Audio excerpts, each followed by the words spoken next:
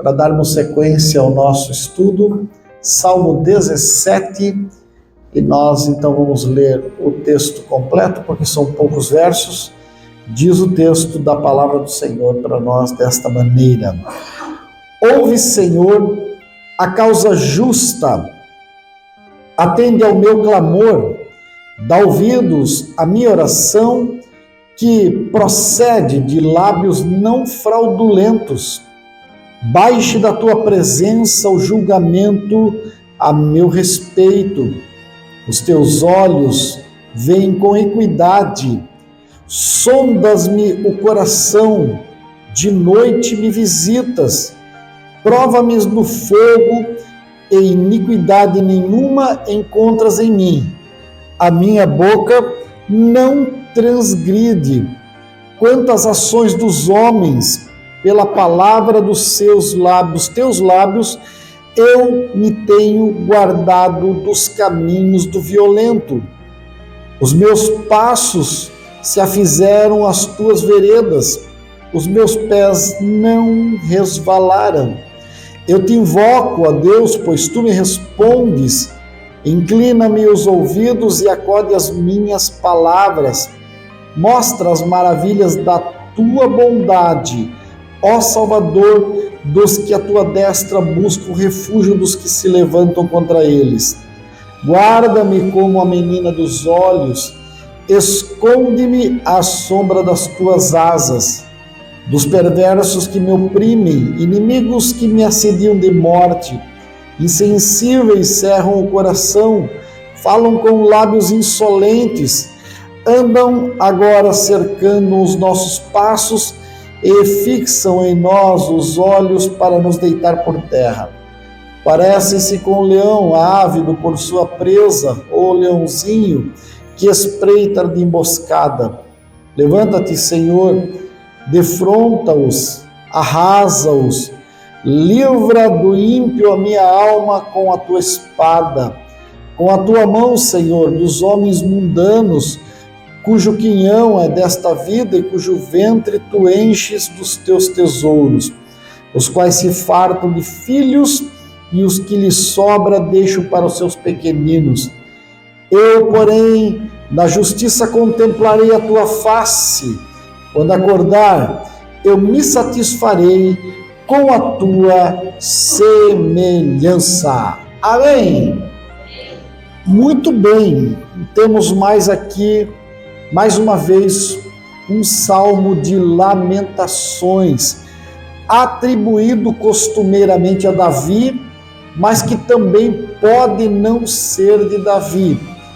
Porém, como a escrita é muito semelhante à escrita de Davi, esse salmo então acaba entrando naqueles salmos que caracteristicamente nos levam a pensar no Davi que foi perseguido algumas vezes antes de iniciar o seu ministério, durante o seu ministério por inimigos externos e no final do seu ministério pelo seu próprio filho.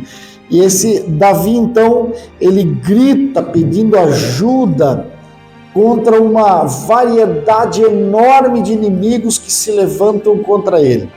Na verdade, o Salmo nos lembra que sejam inimigos externos ou inimigos internos, todos nós, invariavelmente, vamos passar por momentos de provação, por ataques de inimigos que se levantam. E quando nós falamos inimigos no contexto bíblico, logo nós pensamos num grande, poderoso exército armado que marcha contra a nossa casa, sitia a nossa família, corta ou raciona a entrada das nossas provisões mais básicas e, por fim, acaba nos matando, seja a base da flecha, do tiro, da pedra, ou nos queimando vivo. Mas é preciso lembrar que na nossa jornada rumo ao céu, muitos inimigos, principalmente contemporaneamente, ou seja, dada a circunstância dos nossos dias, muitos inimigos não virão com cara de exército do outro lado, mas alguns inimigos virão como ajudantes, como amigos, conselheiros, amigos que vêm para tentar nos dissuadir da nossa santidade, do nosso caminhar com Deus, da nossa fidelidade, da nossa postura de caráter verdadeiro, amigos que virão, como me aconteceu algumas vezes, logo após aquele episódio de 2015, quando eu fui assaltado e levaram meu carro, alguns amigos que vieram e disseram aos meus ouvidos: não, isso aí é a financeira que tem que correr atrás. Já que o carro era financiado, então a financeira que vai procurar, não pague mais isso. Isso parece ser um conselho de um amigo, mas, ao meu ver, dada a verdade que é cobrada de nós, a santidade que Deus impõe para os seus filhos, na verdade isso não passa da voz do inimigo que tenta me destruir moralmente, espiritualmente, para que eu não tenha mais a capacidade de me levantar como um soldado de Deus, como um profeta de Deus e fale da verdade a plenos pulmões, porque tendo ossos escondidos no armário, eu então ficaria mudo e não poderia falar mais. E essas palavras lisonjeiras que vêm ao nosso coração, você lembra quando Tobias e Sambalate foram ter, e Gese foram ter ali com Neemias, e eles vieram como um amigo, mas na verdade eles eram inimigos. Eles disseram: vem, vamos conosco, vamos à casa do Senhor, vamos adorar lá no seu santo templo. E eles vieram com palavras lisonjeiras como amigos, mas na verdade eram inimigos. Então, nos nossos dias, salmos como este, Salmo de Lamentação, são plenamente aplicáveis à nossa realidade, no sentido de nos fazer ver que nem toda doce palavra vem para nos consolar, algumas são para nos tirar da presença do Senhor. Aliás, é bom lembrar que o inimigo tentador levou o pão e levou Jesus ao alto do pináculo, lá ao alto monte, enfim, e disse: olha, tudo isso é teu se tu me adorares, transforma pedras em pães e te joga daqui de cima. Então, o que você percebe é que esse inimigo, ele vem para tentar nos tirar da presença de Deus, mas o Salmo de Lamentação, como a maioria deles, este Salmo 17, ele vai terminar justamente com um tom de fé e louvor, porque ele entende que se permanecermos fiéis e firmes no Senhor, Ele nos dará um bom fim e nós poderemos desfrutar das mansões celestiais. Amém? Então, como todos os demais salmos de lamentação, esse salmo acaba lançando luz sobre a violência e a traição que sempre existiu em todos os tempos, né? E a sobrevivência face à morte, ela não deixa de ser um desafio constante. Todos os dias, aliás, ter fé de que nós estamos sendo guardados por Deus da morte, antes de dormir, colocar o seu celular, o seu despertador lá para tocar no outro dia de manhã. Como você sabe que não vai morrer durante a noite?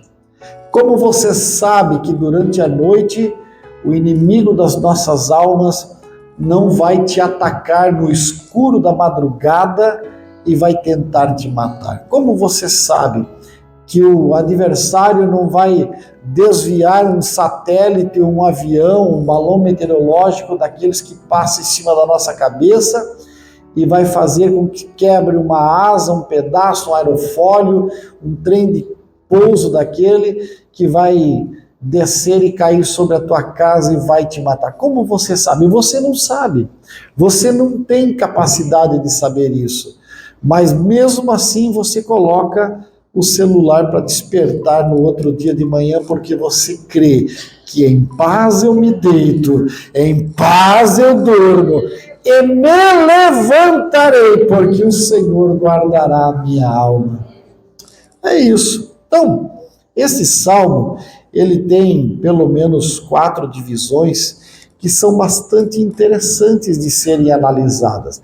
E a primeira das divisões vai do primeiro verso, do verso 1 até o verso 5, quando o salmista faz, nesses 5 versos, um apelo à verdade. Por que ele faz? Porque ele acaba escrutinando, analisando, perscrutando o seu próprio coração para ter a certeza de que a sua religiosidade não é uma religiosidade fingida. Tanto que ele diz: dá ouvido à minha oração, que procede de lábios não fraudulentos. Olha que negócio interessante. Quem é que tem coragem de chegar, por exemplo, o marido diante da mulher, ou a mulher diante do marido, ou o pai ou a mãe diante dos filhos com quem convive, e dizer assim: olha, vá lá e diga para aquela autoridade que eu só falo a verdade o tempo inteiro? Quem tem coragem de fazer isso?